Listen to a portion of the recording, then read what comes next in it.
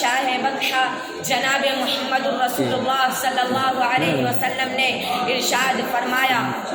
اقرأ وارتقی ورتل کما كنت ترتل فی الدنیا فإن منزلک عند آخر آیت تقرأها۔ قیامت کے دن حافظ قرآن سے کہا جائے گا قرآن پڑھتا جا اور جنت کے درجوں پر چڑھتا جا اور ٹھہر ٹھہر کے پڑھ، جیسا کہ تو دنیا میں ٹھہر ٹھہر کر پڑھا کرتا تھا، بس تیرا مقام اور ٹھکانہ وہی ہے جہاں آخری آیت پر پہنچے۔ یاد رکھو یہ قرآن دنیا کی سب سے بڑی نعمت ہے۔ یاد رکھو یہ قرآن رب کائنات کا مقدس اور عظیم کلام ہے، اور کیوں نہ ہو جبکہ اس کے اتارنے والا امین، جس کے ذریعے اتارا گیا وہ بھی امین، جس ذات پر نازل ہوا وہ بھی امین، جس مقام پر نازل ہوا وہ بھی امین، جس مہینے میں نازل ہوا وہ تمام مہینوں سے افضل، اور جس رات میں نازل ہوا وہ 1000 مہینوں سے بہتر ہے۔ اللہ کا یہ مقدس اور پاکیزہ کلام تمام کلاموں سے افضل اور برتر ہے۔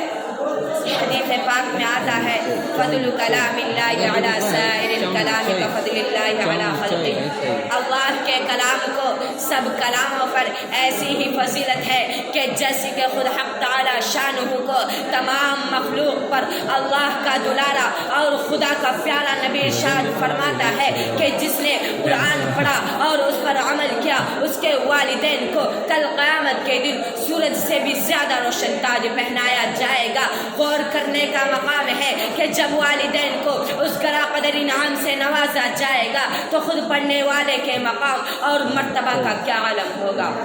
حضرات قیامت کا میدان ہوگا اور ایسے 10 آدمی جن کے لیے جہنم واجب ہو چکی ہوگی، حافظ قرآن اپنے رب کی بارگاہ میں سفارش کرے گا، پروردگار عالم اس کی سفارش قبول کرے گا اور ان کو اس حافظ قرآن کی برکت سے نجات عطا ہوگی۔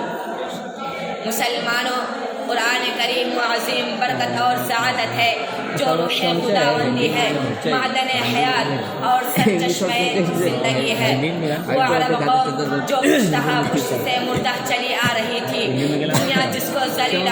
ذلیل اور حقیر جانتی تھی، کوئی ان کو اونٹ کی مینگنیوں میں کھیلنے والا سمجھتا، کوئی ان کو جہلائے عرب کا خطاب دیتا، کوئی ان کو جاہلین مکہ کہتا، لیکن جب قرآن آیا تو جن کا نام جہلائے عرب تھا صحابہ کرام ہو گیا، جن کو نفرت سے یاد کیا جاتا تھا ان کو رضی اللہ عنہم ورضوا عنہ کا اعزاز ملا۔ جس زمانہ کا نام جاہلیت تھا اس کا نام خیر القرون ہو گیا۔ وہ مردہ قوم جو کروٹ نہیں لے سکتی تھی طاقت و قوت سے ایسی لیس ہو گئی کہ جس نے قیصر و کسریٰ کا غرور خاک میں ملا دیا، بڑی بڑی سلطنتوں اور حکومتوں کا تختہ الٹ دیا۔ دوستو، قرآن آیا تو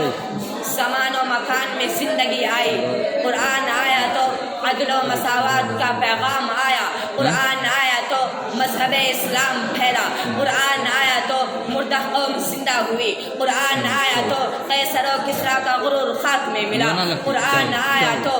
باطل کے لہراتے جھنڈے ٹوٹ پڑے، قرآن آیا تو کفر و شرک دم توڑ گیا، قرآن آیا تو عدل و مساوات کا پیغام آیا، قرآن آیا تو تاریکی کافور ہوئی، قرآن آیا تو انسانوں کے پجاری اور خدا کے پرستار بنے۔ ہاں مجھے کہہ لینے دیجئے کہ قرآن آیا تو روشنی آئی، قرآن آیا تو تاریکی کافور ہوئی، قرآن آیا تو امن و امان اور سلامتی آئی، قرآن آیا تو ضلالت و گمراہی کی وادیوں میں بھٹکتے ہوئے انسانوں کا درد و غم ملا، قرآن آیا تو دوست